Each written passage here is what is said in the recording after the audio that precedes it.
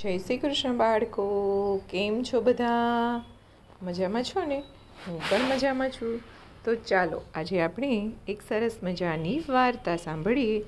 બાળકો, વાર્તાનું નામ છે કાગડાભાઈ કેવી રીતે સુધર્યા. એક હતો કાગડો. આ કાગડાના મા બાપ કાગડો જ્યારે નાનો હતો ને ત્યારે જ મરી ગયા હતા અને એનું પાલન પોષણ પર એની કાગડી માસીએ કર્યું હતું. નાનપણની અંદર આ કાગડાભાઈ ખૂબ ખરાબ સોબતમાં ફસાઈ ગયા.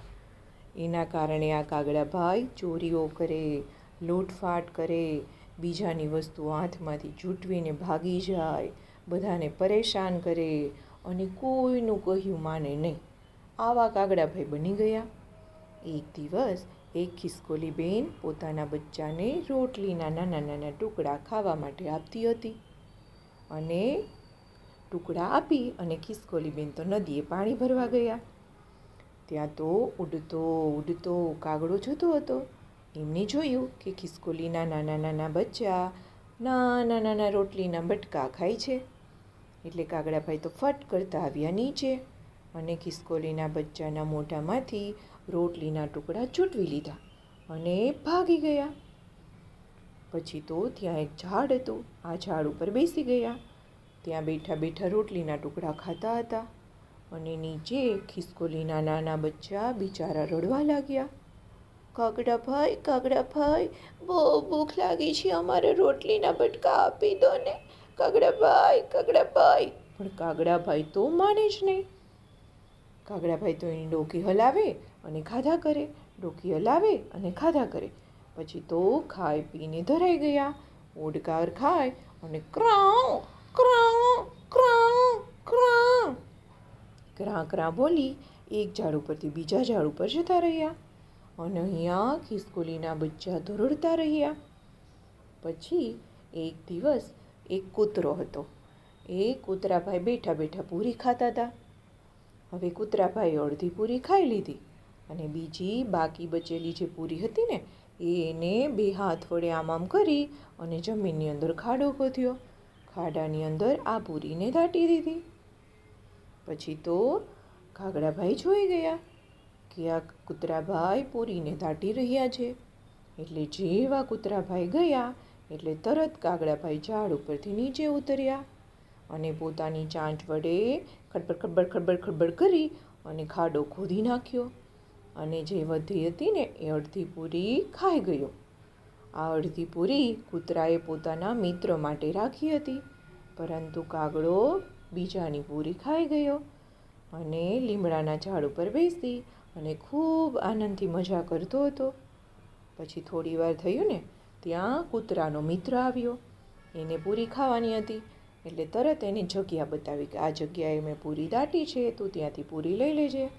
થોડી વાર થયું ને તો ત્યાં કૂતરાનો મિત્ર આવી ગયો. કૂતરાનો મિત્ર તો આવી ગયો પણ ખાડો ખોદેલો હતો અને એમાં તો પૂરી પણ ન હતી.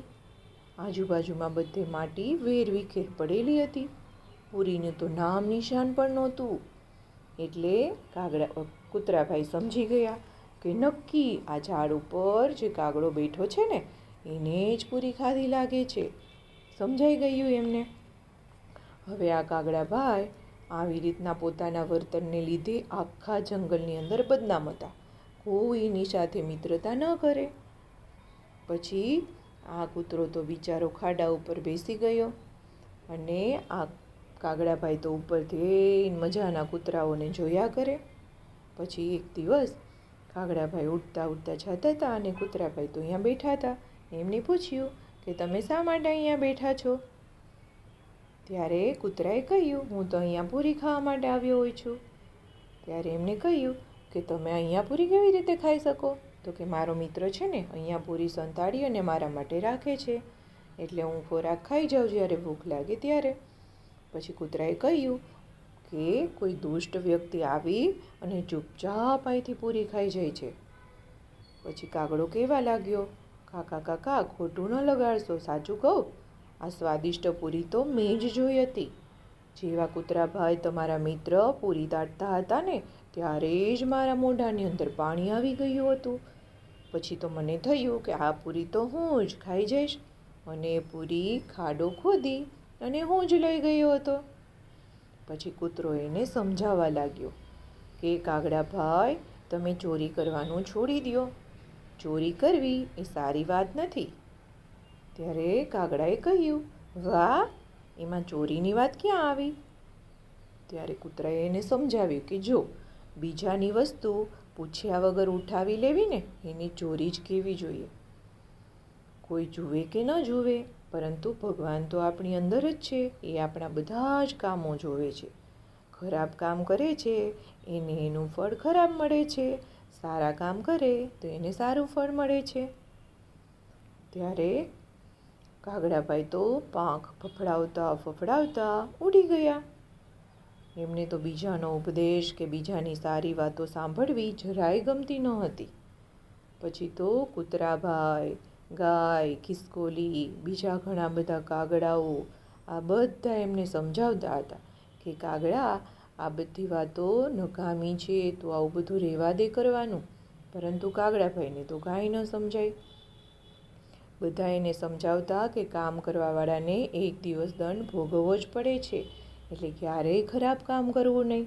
ખરાબ કામ કરવાથી કોઈ દિવસ આપણને સફળતા નથી મળતી.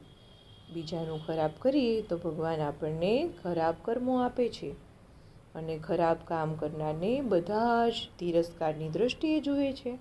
કોઈ આપણા મિત્રો નથી બનતા. અને આ કાગડાનું એવું જ હતું.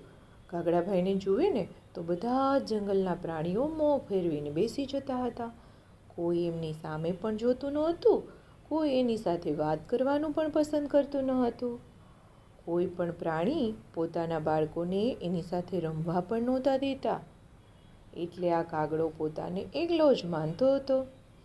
ચોરી કરીને જે માલ લાવે ને એ ક્યારેક શિયાળને આપી દે, અને આવી રીતે ક્યારેક ગીધ લઈ જાય, અને પોતે ક્યારેક જોતો રહી જાય.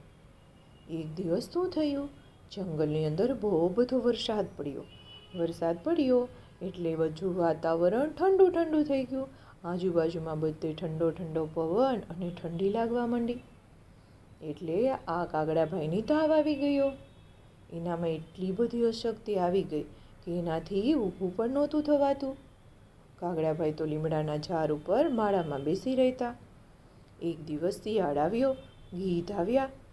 એમણે જોયું કે આ કાગડાભાઈ તો હમણાં ઊભા જ નથી થતા. કેમ કે કાગડો હોય તો કાગડો કોકની ચોરી કરીને ખાવાનું લાવે, અને શિયાળ ને ગીધ બંને ખાતા. એવી રીતે આ કાગડો હતો એ બેઠો હતો.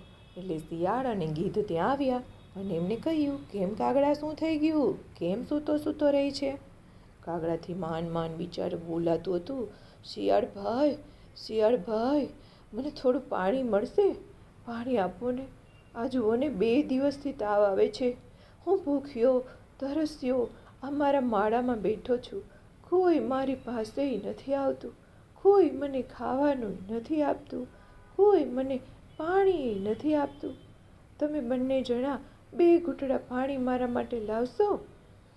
કાગડાભાઈ એવું કહ્યું ને ત્યાં તો ગીધે અને શિયાળે કીધું, કેમ, અમે બેમાંથી કેમ પાણી આપીએ? અમે તો કોઈ પાણી નહીં આપીએ. એમ કરી બંને જણા ત્યાંથી ચાલ્યા ગયા. બિચારો કાગડો તો ત્યાં બેઠો બેઠો તરસ્યો રડવા લાગ્યો. પછી તો હવે કાગડાભાઈને થયું કે આ બંનેને તો હું ખાવાનું આપતો તો, મદદ કરતો તો, છતાંય આ બંનેએ મારું આવું કર્યું, મારી સાથે આવું કર્યું, મને 2 ઘૂંટડા પાણી પણ ન આપ્યું. હવે બીજા બધા પ્રાણીઓ પક્ષીઓને તો હું ખૂબ હેરાન કરતો હતો. તો આ જંગલના બીજા પ્રાણી પક્ષીઓ પાસે હું કેવી રીતે પાણી માગીશ, કેવી રીતે ખાવાનું માગું?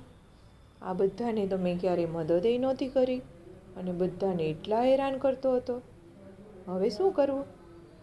એમની સાથે દગો કરી બધી વસ્તુ પણ લઈ લેતો હતો. એટલે કાગડો તો પછી પોતાના માળામાં બેઠો બેઠો એ જ વિચારતો હતો કે ખરાબ કામ કરવાવાળાથી વધારે અભાગ્યો કોણ હોઈ શકે? હું જ કેટલું ખરાબ કામ કરું છું. હવે એને અંતમાં પસ્તાવું પડે છે. મુશ્કેલીમાં પણ એને કોઈની મદદ નહોતું કરતું. હવે એને સમજાણું કે સાચી વાત છે. મને બધા જ લોકો સમજાવતા હતા કે ખરાબ કામનું ફળ ખરાબ મળે છે. સમાજમાં એકબીજા સાથે હળીમળીને રહેવું જોઈએ, બધાને આપણે મદદ કરવી જોઈએ, બધાને મિત્રો બનાવવા જોઈએ. આપણે બીજાને મદદ કરીએ તો બીજા પણ આપણને મદદ કરશે. આવી રીતે કાગડો એ દિવસથી બદલાઈ ગયો. કાગડાભાઈના વિચાર બદલાણા એટલે એમનો વ્યવહાર પણ બદલાઈ ગયો. હવે તો કાગડાભાઈ કોઈને છેતરતા નથી અને કોઈની વસ્તુઓ પણ ઉપાડી જતા નથી. ચોરી કરવાનું પણ એને છોડી દીધું. હવે તે બીજાને મદદ કરે છે, બીજાની સેવાઓ કરે છે. જંગલના બધા જ પશુ પક્ષીઓને આશ્ચર્ય થાય છે કે કાગડાભાઈ એકદમ કેવી રીતે સુધરી ગયા. હવે બધા એના વખાણ કરવા લાગ્યા અને કાગડાભાઈના જંગલની અંદર બધા જ પશુ પક્ષીઓ મિત્ર બની ગયા. પછી બધાએ હળી મળી અને ખાધું પીધું ને રાજ કર્યું. તો બાળકો આવજો. જય શ્રી કૃષ્ણ.